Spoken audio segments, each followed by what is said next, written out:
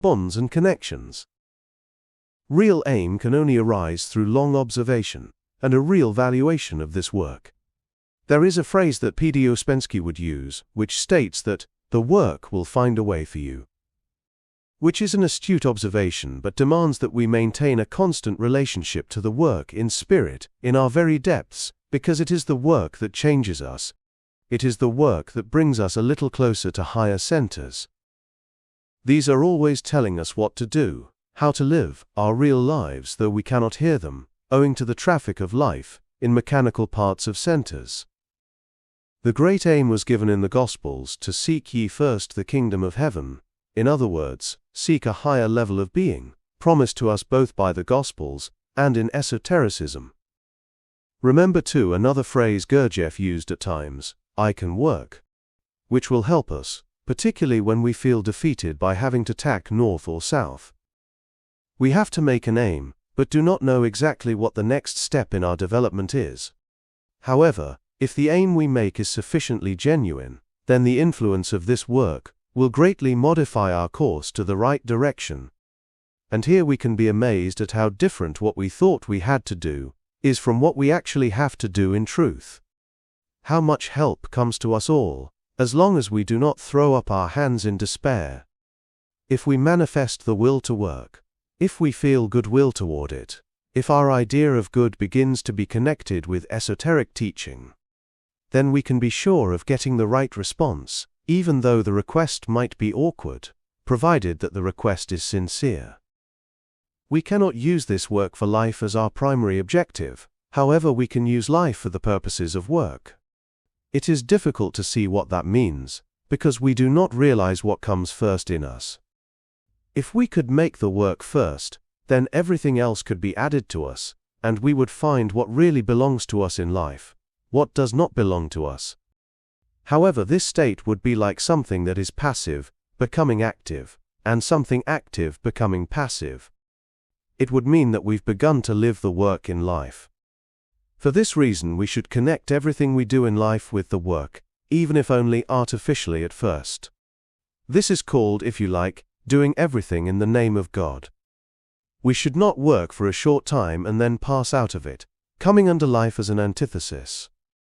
We should try, even artificially, to act so that whatever we do in life has some connection with work, and not make the work the opposite of life. George Gurdjieff advised his followers to, quote, bring all things into the work.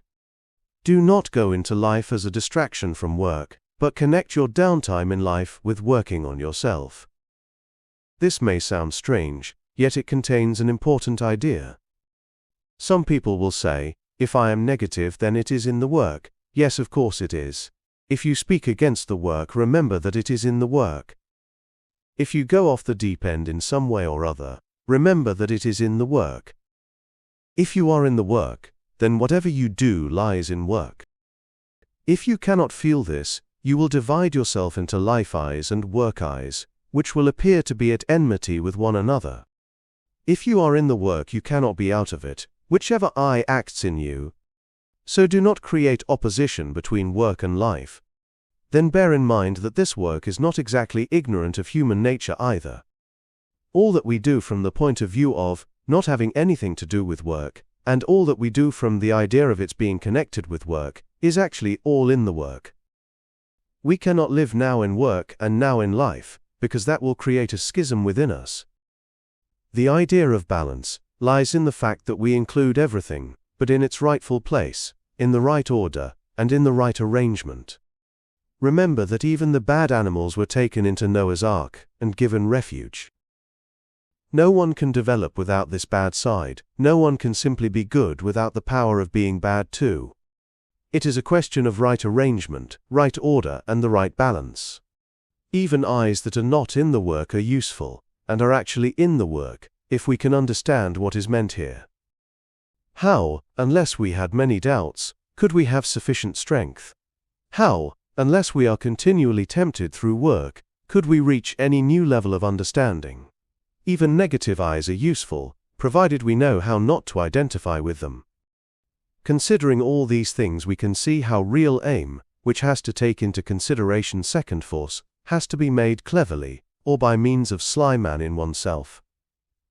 It is never quite what we expect it to be, and it will not bring about instant gratification for us, beautiful and rapturous bliss, in spite of the culture of entitlement cultivated by our push-button society. We may map a course out as a mariner does. However, the master of any sailing ship does not expect to go directly to their goal, although they intend to do so in spite of all weathers, all contrary winds, and all transverse currents. Consider what real aim is in contrast to temporary but quite useful aim. And unless we have an idea of a higher level of humanity, the conscious circle of humanity, a far better state of humanity than we see on this earth, then it will be difficult to formulate real aim. All the concepts and ideas of work are necessary to make real aim, and one thing above all else is necessary, that we are dissatisfied with our current level of being, feeling deeply that there is the possibility of change. Real aim must be based upon long observation of oneself, what the work teaches about how to reach a higher level of being. The first difficulty is that we do not remember ourselves, that we are not conscious. We do not drive our own carriage but are in a public house drunk with our own imagination.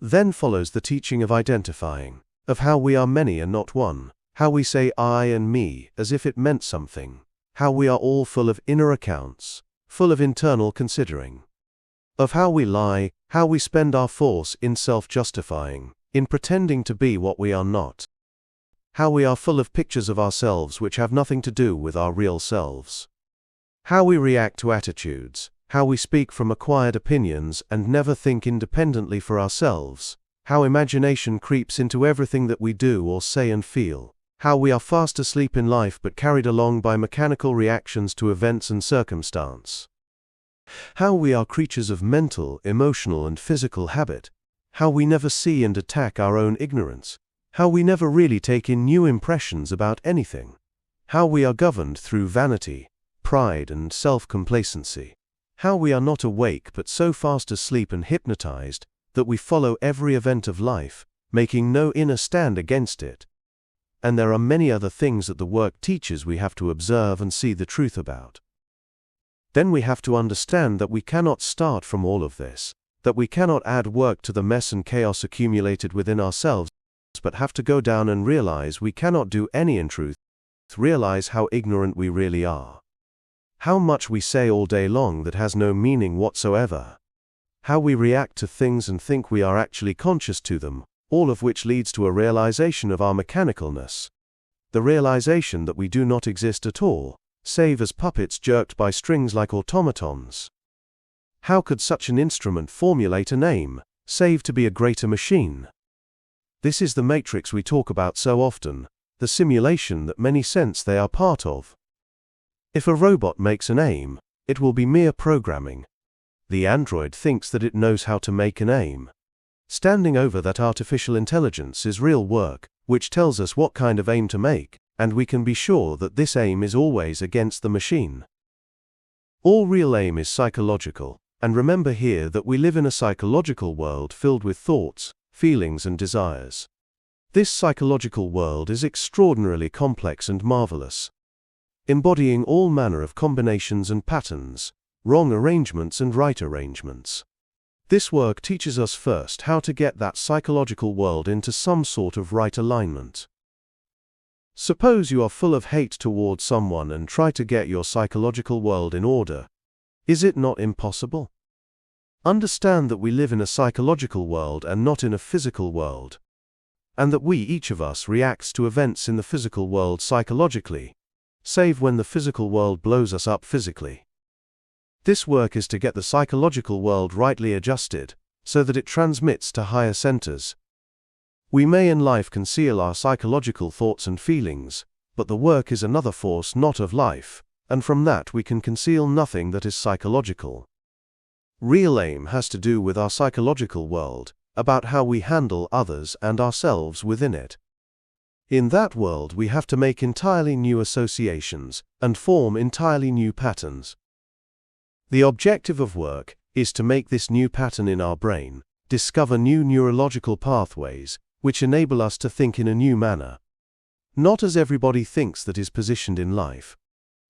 Unless we think about work and what it means, unless we see esotericism and its aim, unless we understand that humankind is a self-developing organism and can only develop through an entirely new kind of thought, then no new patterns are created for our neurons, and all the undeveloped part of our mind remains unused, which is that part that can connect with higher centers. If we take things as we have always taken them, then nothing new can form of itself. But if we take life from what the work teaches, take ourselves in a new way, then we will form these new pathways, new associations, and these will connect with higher centers. If our aim is right, this will happen gradually, but if our aim is life-oriented, a purely ambitious aim, then we will not form any new patterns, but just ordinary commonplace ones that form the well-trodden path. That is why it is said that a real aim nourishes our understanding of work, and a purely life aim does not. If we include a life aim in a work aim, then the case is different, because new associations can be formed, and through new associations a new feeling of oneself is found. Through a set of new associations one feels oneself a quite different person. We become psychologically a different person, provided that we can die to our old associations. It is interesting to reflect that higher centers are always trying to change things within us. We are self-developing organisms in the sight of higher centers. Contact with them can only develop us in the right way, because everybody is created a different self-developing organism, with their own work and their own destiny, through the people that they touch in their day-to-day lives. The objective of this work is to put us in touch with higher centers. From that point of view, it is interesting to reflect upon how we think we can develop ourselves from our own ideas of what development means, how different the influences of higher centers might be for us. We think we must go along this line, but from the standpoint of higher centers, we could be going in quite the wrong direction. For this reason, we have to start with work on self as an aim, because it is given by conscious humanity, people who have already reached higher centers. We have to develop in the direction of our own most inferior functions, our most unused side, the most despised side of ourselves, and not along the line of what we are best at and comes to us easily. Remember that we have to become balanced, which requires both sides of a pendulum swing. If we can think well, then we shall have to feel more. If we feel too much, then we shall have to think more, and so on.